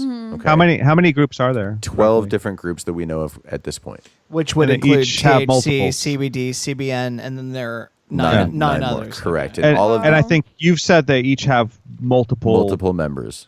members. Yeah, Correct. And so is this what you use when you're trying to figure out what someone needs? Do you break down that in your mind? Or is it even more Kind of. derivative than that? Yeah, so my non-cannabis background, I've got a degree in psychology, sociology, Native American studies, minors in music, anthropology, major in education. I mean, I studied a lot of people's stuff, okay? And so I problem solve well. Like, I love math story problems, those horrible things that everybody despises. If a bus is traveling at 50 miles per hour from Los Angeles and a train's going, and I can tell you what color the bus was because I get into that story. And, oh I man, hate I those hated those too. problems. and I know, and I felt everybody's hate.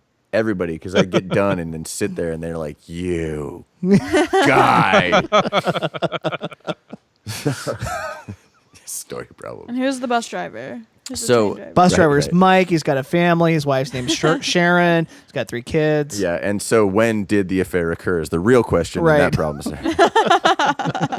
Did she post an ad on Craigslist about it? Right? How many of those kids are Mike's? Oh my gosh. Or Mohammed's. Or Since that Mohammed? happens to be Better- the you best got better pilot. odds. Better odds. Mohammed, that's true. Mohammed is Um, the most popular name. Yes. So when we're looking at cannabis to be functional, right? We've got all these things, these pieces that we do and don't understand. We've got these families of cannabinoids that get applied or don't, whatever. But the state currently, at least Oregon and every other state, currently requires percent THC, percent CBD as the relevant potency metric. So people that don't know are shopping now based on this number that doesn't work. And I've explained to you guys how in a very basic way, and we can get into it more complexly. I mean, the complexity of it gets deeper and deeper, but on a basic level, just with the Subaru key example, if I've got a box of 30 of them, right, it doesn't matter what percentage you grab, my key has to be there for it to work, right? Now, obviously, the first complexity of that is in the body system, there's more than just one THC delta 8 receptor, right? There are multiple receptors in multiple systems. And Scott, to get back to your question about in the brain, they're actually different classes of receptors. So if we look at it like American car key receptors, American car key receptors. Sorry about compared that. to We just got a kitty named Quirky, by the way, and it attacks everyone's feet underneath the table. Is that what here, just so, happened? yeah, little Quirky got my heel. Nice. We should Yeah. introduce Here, let Quirky. me have her. Sorry, not to derail No, you're your. fine. Aw, kitty. Here, hold on. Oh wait. Don't break her Kitty's leg. on the table. Connor, you go to my shot. So this is Quirky. This is Quirky. Hi, Quirky. That's a new kitty, and she's Adorable. she is a terror. A terror. That's because she's a cat, and cats are vicious, crazy killers. They just look cute. Yeah. Anyway, continue.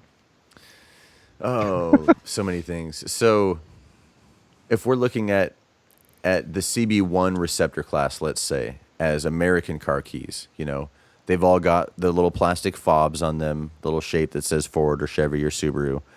And obviously within those shapes, they've got individual teeth shape and designs, you know, so we've got the specific receptors, the general receptor shapes. We've got 12 of these different kinds, right? When we're looking at cannabinoid receptors general, the different class types are probably going to break down like American keys, you know, foreign keys of different kinds. We're going to see these different similarities in general shape. Then we'll see similarities within general shape, Ford, Chevy, Subaru. And then we're going to see individualistic application of Right. primary receptor, right? So The science isn't quite to individual yet, No. but we're there are general shapes at the moment. yeah, so far we know all the different, well, we think we know the 12 different family classes, and we've got different names for each of those. That's your THC, your CBD. CBN and so on. And then, and science gets weird sometimes, we've got CB1 receptors. Those are the receptors that are located along your neurology and affect things like brain functioning and the things that go with brain functioning, right? This is one of the things that where seizures and epileptic situations come in first and foremost, because it's a malfunction of that primary neurological system. So is that where the CBD? No. No. That's why I said know where I'm science gets a going. little weird, because the CBD is cannabidiol. And if you Google it, even those letters, it's very popular nowadays, so it'll wiki it right away, and you can see the full name of it, cannabidiol. And each of them, just like the THC, tetrahydrocannabinol, each of those parts of the name are relevant to different shapes of the molecule or different carbon bonds, different ligand receptor extensions. Like there's a bunch of stuff that the name represents. And it definitely beyond the things that I learned. I'm still learning, but that's the relevance of it, basically. Could I draw the molecule right now appropriately? Probably not, right? But I understand. You don't have to. We're not the going to make you do functionality, that. right? So in addition to, we've got the THC shape, we've got the CBD shape, then we've got the individuals within there. The CB1 receptor set right now we know engages with some range or some breadth of cannabinoids. We're not sure exactly which one yet, but we do know that the interaction with those receptors causes effect on the neurological system. So it can affect seizures, right? It can affect malfunctions of the neurological system. Seizures, twitches, so Tourette's and things like that. Any of the elderly medical situations that cause shaking or stirring of kinds, restless leg syndrome, even to an extent, if it is neurologically based. So a lot of these things we find functional application and solution directly. We just can, right? The CB2 receptors, and again, the CB has nothing to do with cannabis or CBD or CBN or CBG. It's okay. it's because the word It has to do with the word basis. It's all Latin stuff. CB doesn't imply that it's the same compound as not the ones that also cannabis. have CB Correct. in that name as well. And specifically, there are most likely individual THC molecules that interact with CB1 receptors. That's one of the best ways to break that whole CB. THC for sure engages with CB1 receptors. Which individuals, we're not sure yet, but that engagement is part of what causes the neurology to resustain. Sounds So like I an have a- immensely complex system. I have Yes. a question, and I don't want to derail too much, so hopefully the answer is kind of simple. But when I think about all these breakdowns, and then I think about taking a step back, there are two primary types of cannabis people are generally familiar with, and that's sativa and indica. And they're sort of family names, and I know they have to do with the structure of the cannabis, and they're associated at least loosely with being more mellow or more active or things like that. Do they fundamentally have all of the same behaviors when you take it down to the level we've just been discussing? And is it just the ratio of those same elements that causes the difference between the two that people seem to feel is there? So again, another great question. So in a similar way, when we look at the 3 different strains with the same numbers, and I ask anybody, cannabis friendly or otherwise, do they do different things to you? And immediately, without even thinking about it, and then once they think about it, again, they say yes, they're going to do different things to you.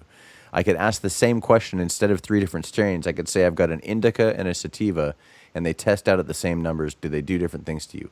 And people are going to say yes. And I know why they say yes, and it is not because of the definitions of the terms indica and sativa. Okay? Mm-hmm. There's a difference between a term and a word, and this gets into like legalese, law speak, stuff. Terms are stuff. Yeah. Terms are defined. Words are used to describe. Okay. People right now are using the words indica and sativa to describe indica, used to describe I want something that's heavy, narcotic, and probably sedative, but sometimes not. And then we get into this weird, like, what are we really talking about part of the conversation, which usually lands it in hybrid, which is just basically something that's not pure of one of the 2 genealogies. Or sativa, people, when they say it, they are trying to mean something that's more active, less sedative, maybe a little inspiring, something that gets me going. But for sure, most people that seek out sativas are dealing with other things, and a lot of them also don't want an anxiety increase. So there's some now we're getting specific. That's been my main reason Yeah. for not Right. wanting to smoke pot. So then we get into immediately we get into specific effect requests, right? So here's what I tell people with indica and sativa. If you're going to go to a dispensary in any state, the words are so popularized right now. If you say indica, what you're meaning by saying that is a more narcotic, more get you high, like the college kind of get fucked up high. That's really what you're saying when you say indica. When you say sativa, without any other explanation, when you say sativa, you're saying I kind of want something to help me vacuum my apartment and maybe help me paint a little bit and sort of maybe deal with other things, but I'm not getting specific because nobody really asked me. I just don't want to be sleepy. Right. So unfortunately, when you use these words, then the person behind the counter who's tending the bud, if you will, The bud tender. the bud tender. tender, which you have to take some. Actually, I had high hopes. I thought that the OLCC marijuana handlers card test was going to be a little more intricate and intense. It's come with some higher requirements. Even Higher higher requirements. I really thought that some higher prerequisites, perhaps. I really Got 'em. thought Yeah, come on. that it would be above beyond, and that they would actually smoke the food handlers cards. There you go. But There you go. Uh-uh. You know what though? Those definitions you gave, and this I think speaks to the complexity involved. It is very much sort of looked at from my personal experience that sativa is considered the sort of more wakeful, alert, functional Yeah. type of weed, right? And the indica As is she like, yawns. Sativa, Cody. right? And the indica is the type that kind of makes you sleepy, brings you down, and this and that. And so, Like I had a what- little before I got here. I don't smoke marijuana or cannabis very often. I do on occasion, but it's not something I tend to do habitually. But when I'd gotten my medical card, because I was experimenting with its pain relieving stuff, I also wanted to experiment with the artistic part, because the rare times that I smoke it, it's usually when I'm writing, if I'm on a really long music session, right? And so I always told myself, based off of these definitions, that I should probably look for a sativa, right? Probably. So it'll keep me awake, it'll keep me going, Oh, yeah. all this type of stuff. And so I bought a sativa and an indica because I was experimenting, but I went for the sativa, right? I thought, oh, this definition is this is going to be exactly what I want. This is going to be great. And what I realized for me, and I think what this speaks to, is that there's a lot more subtlety here. I think because of all those compounds that you're talking about, is that what the sativa also gave me, at least the one that I chose, and I don't remember the one it was it got me so spinning in my head that I couldn't get into a creative zone. So the wakefulness didn't actually give me energy to accomplish anything. It actually made me more prone to anxiety, and I would spin around in my head worst. tripping on stuff, right? That's the worst. And I noticed when I smoked some indica, which everybody always said so sleepy and so dreamy, it would put me in a beautiful zone because I would lose myself. And I'm sure Scott can think about this or relate to this when writing music. Flow. That zone where Yeah. you just don't even realize time anymore. You get into what you're doing, you fall into it, and you're completely one-on-one with what's and your happening. brain also thinks of things that you normally wouldn't do if you were sober. That's good. Exactly. When I do So- find one that works, that is the nice thing about it. Yeah. And so for me, indica, the slower one that was more hypnotic was actually the one that I wanted, even though I thought the opposite, because it actually brought me into a zone that was more functional. And I think that, to exactly your point, and what inspired me was just that these generic descriptions aren't exactly right. Yeah. They're so broad that they don't capture. And that's the fundamental whole basis spectrum. of this entire conversation of why we wanted you to come on, because I think it's important to make the distinction and present as much information to people as possible, because everyone's going off of THC and CBD, and it's like shooting in the dark. Yeah. Well, and again, you know, I would normally in a situation like this say something like, oh, and it's not the fault of the people, but this is what they're dealing with. It is absolutely the fault of the state of Oregon. I spent 2 years Yeah, but this personally- is not just it's not just an Oregon I understand, problem. and it's not. I'm not saying that they're the only, but I spent 2 years personally involved with direct communal lobbying, meaning nobody paid me to do it, but I was there and as a representative of research in cannabis, speaking directly to our state senators and representatives about, can we just please do research? And this was pre-medical licensure. And unfortunately, as happens in Salem, it got seen as we were competing with medical dispensary licensure, saying we need to go first, we need to go before them, we need to go instead of them. And all we were saying is we need to go. We just need research. So unfortunately, the research bill did not pass in that session. The medical dispensary bill did. And the state was sort of forced via the Oregon Health Authority actually getting involved, as opposed to just housing the OMMP program, the medical marijuana program. Once they got involved, they realized, oh, well, for people that are coming in and not having used this product before, and there's not doctors out there who can prescribe it because it's simply a recommended use statement, we need to give them some kind of reference or some place of how, how to like find out how this stuff works. Can you elaborate on the challenge there? Because I think definitely. that an alcohol percentage does relate across the board on a meaningful level to how intoxicated you'll get. Yep. And my personal experience with marijuana has not been that. So could you maybe expand on that problem? Yeah, 100%. So alcohol, regardless of the type of alcohol, whether it's a liquor and then all the varieties of liquor, whether it's a beer, whether it's wine, mead, any of these forms of alcoholic substance, when it gets down to the molecular level, although it may come from different forms, alcohol is a singular molecule. Now, the different things that we experience, the different subtleties, from experience, wine drunks make me way more like giggly and and, same here. But and tequila makes me fucking nasty and mean. Oh, I will. Tequila makes me happy. I will turn down tequila at first, shots left and right. then there's this very specific boundary that happens where it just derails. Yeah, non-violent person, and I will turn down tequila. I tell people, look, if you give it to me, I will get in a fight. I know myself. I will go to the biggest guy and be like, you know what? I don't think you have a problem with me yet. And then there's my night, and it's be like horrible, trying right? tequila somebody. It's bad news bears, right? But with wine, I'd be like, hugging on the guy. I love wine. Love wine. I don't react to tequila that way, but I think the point is that there are definitely different experiences of drunkenness. Yeah, absolutely. But those experiences, as you just said, Cody, they're all you'll discover that one day. They're all experiences of drunkenness. And see, even though it may be different from the experience part, like, I was on a boat, I was playing hockey, or whatever the actual sitch was, it's all drunk. It's all alcohol, and it all gets you from sober to inebriated to drunk, and I'm sure there's obviously many layers within there, to sick to, blacked out / passed out to dead.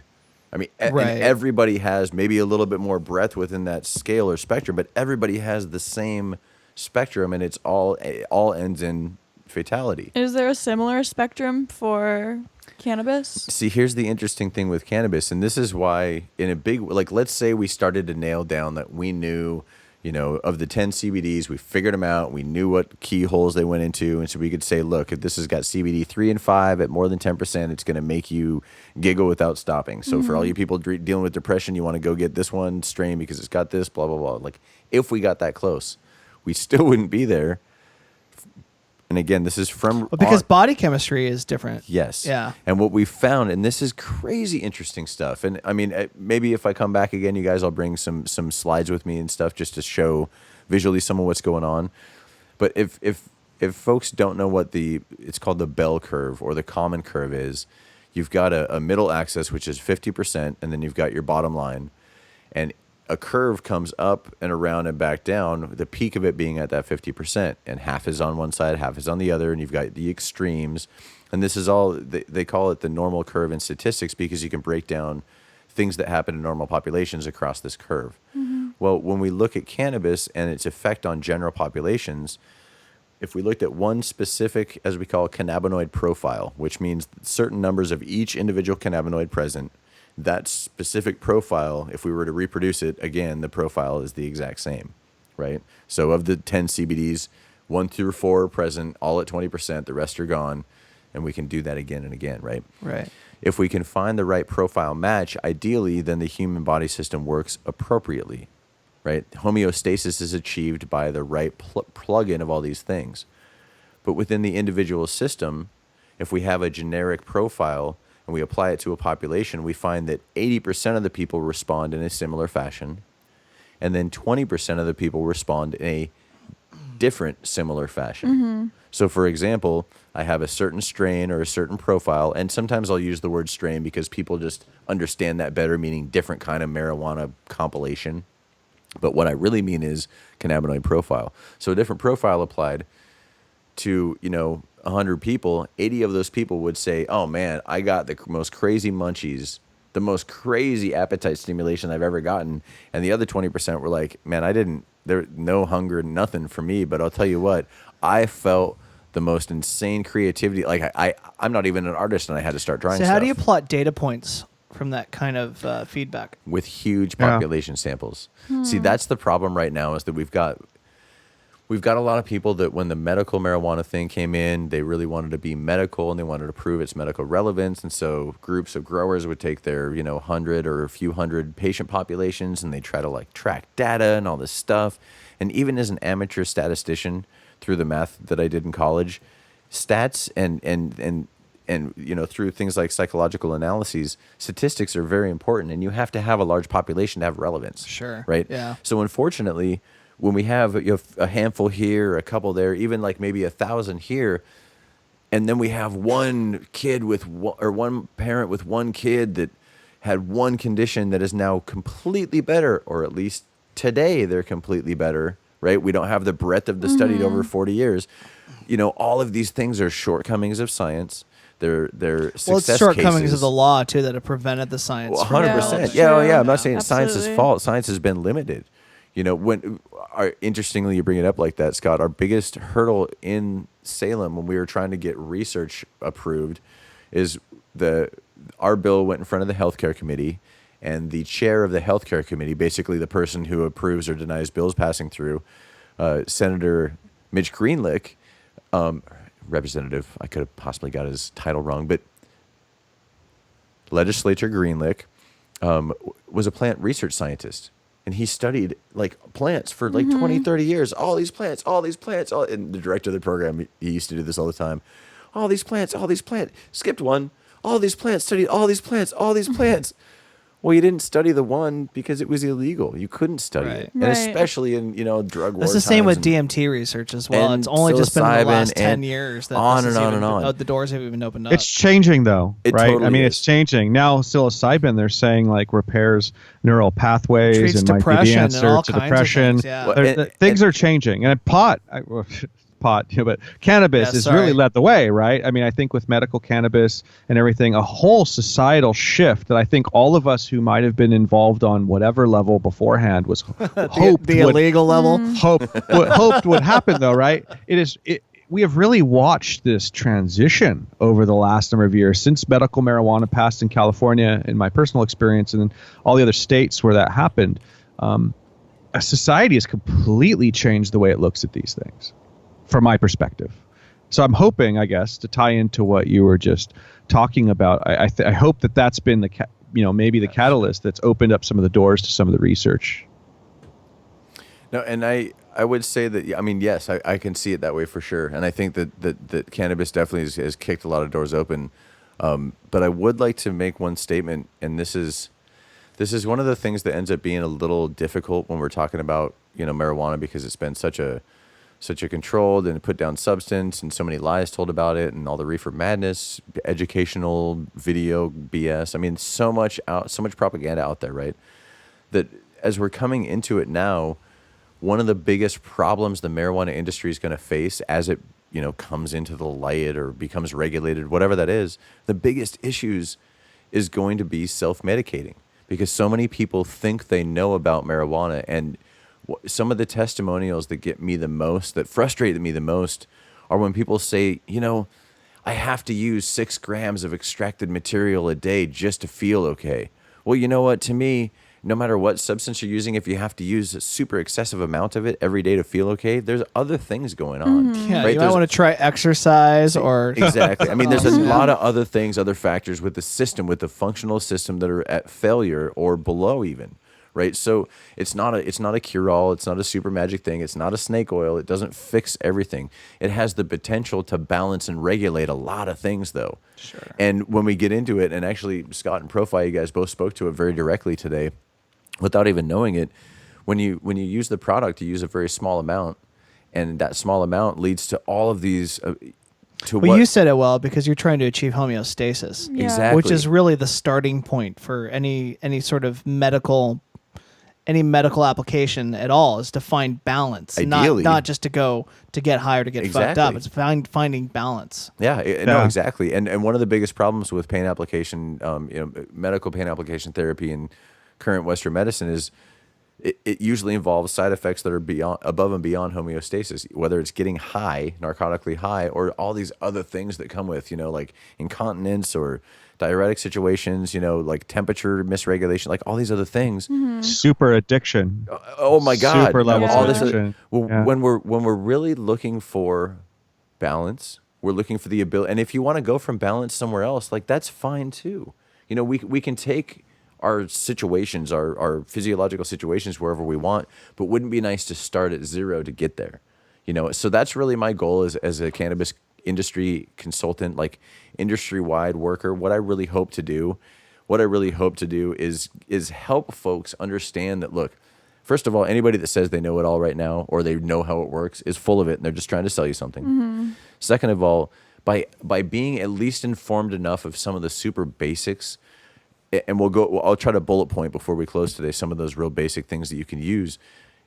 With those applied in a generic dispensary purchase interaction, you can get stuff that's going to work better for you more frequently than get stuff that's being sold to you as the most popular or the whatever, right? So let me just run through a few of those bullets real quick, and we'll kind of wrap up here. So first of all, the indica sativa, like those terms, when used in industry right now, people think indica means narcotic or very potent as far as getting recreationally or party time high. So if you use the word, that's how it's probably going to be taken. Okay. I recommend to people once they've worked with me in session, and I do individual sessions. I do group sessions. If you want to reach me, we've got some contact information, I think, coming out. So if you want to reach out, I can work with anybody who's looking to get more informed or, just find functional application. It's a lot more about asking the effect-specific questions. So I'm looking for something to relieve headaches, and I don't want this. Right? I always recommend people to say what they don't want, because typically one of the things that bud tenders are good at is knowing their product. A good dispensary owner at this point in development and evolution of the industry has their employees use the product so that they can understand it. And because it's over 21 recreationally legal, they can do that. Right? It'd be like a brewmaster saying, hey, go home and try these 3 new ones and tell me what you think. You're selling them to people. You have to know what's up with the product. Sure. Right? So we already have a substance-based industry that does that, right? Well, cannabis industry is following in suit. And even though you can't use on site, we still have some of these recommendations coming out. So for people going to looking to get effective product, whether it's medical or otherwise, you want to use your words, your terms. You want to ask specifically for what you're looking for. And we didn't quite get into this today, but usually it gets broken down into different periods of day. So you've got your functional period of the day, your winding down period, and then your I'm ready to go to sleep, and if you need help with that period, right? So, those is a few basics. I think anybody using those going into a dispensary, it's going to allow them to better operate the sales counter and probably get stuff that's going to work better for them. And as we've touched on today, the numbers are really not relevant for anything at this point. They just don't have enough actual science behind them to make sense. Sure. So I have a question then. Since there is this sort of generic definition of what sativa and indica mean, would you say that the nuances behind all that are so significant that there could be cases where you could take a sativa that would give you be functional, I should say, as a sleep aid and more of a narcotic versus an indica and not keep you super amped? Like, are the differences, the details, so significant that those general definitions are completely off base potentially? Yes. Interesting. Absolutely. I never knew that.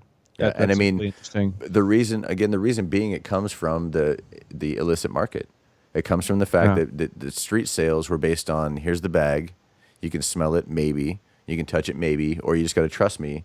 Oh, but hey, I don't want that sleepy stuff. Oh no, it's a sativa, dog. It's cool, Right? And it comes out like that. And then we researched. So there is relevance. I don't mean to completely slam it down for people that I use a sativa. I know because it does this for me. If a sativa genetic is grown in its origin environment, it can and will produce the effects similar to what we think of as the name sativa used in dispensary purchase. Same for indica. If a genetically true indica has grown in its origin environment and grown to ripeness, its product harvested will produce as the indica. Right? Are any of these genetically original, though, at this point? I mean, this has been a plant that's been messed with for ages. Okay, and we'll close with what indica and sativa actually is. Okay, so here are the true definitions. Indica, defined, means a cannabis plant that grows and produces a relatively shorter plant with relatively wider leaves or leaf fingers, and the flower or fruit produced by the plant has a relatively shorter ripening period. Compared to a sativa, which is a relatively taller plant, it's got relatively thinner fingers and longer, typically, leaf fingers, and it has a relatively longer ripening period for its flower or fruit. There's a third species, you've got your genus, your species. There's a third species called ruderalis. And again, this is probably fodder for an entire another segment, but the ruderalis is commonly mistaken or called hemp. Right. And really, what it is a cannabis cannabis species that produces a more stalky plant as opposed to one with more flower or fruit. We'll have you on again at another Yeah, 'cause another I have point. a million yeah, questions we have. about I'm your sure we have more questions. And plus, process you and I have talked about wanting for me because I don't smoke really that much or really at all, to be honest. Like finding something that works for me. So maybe we'll come back to that. But we're out of time for today. So we're gonna have to close with that. And dude, it was a pleasure having you on. Thank you for coming on. We're gonna have you again. Awesome. Thank you This very is a much. great Super show. awesome. Very excited about this one. And yeah, that's gonna be it for this episode. So thanks to everyone who's listening, and thanks to everyone who's here tonight to make this show happen. And we'll see you soon. Thank you, All everyone. right. Take Bye. care. Night.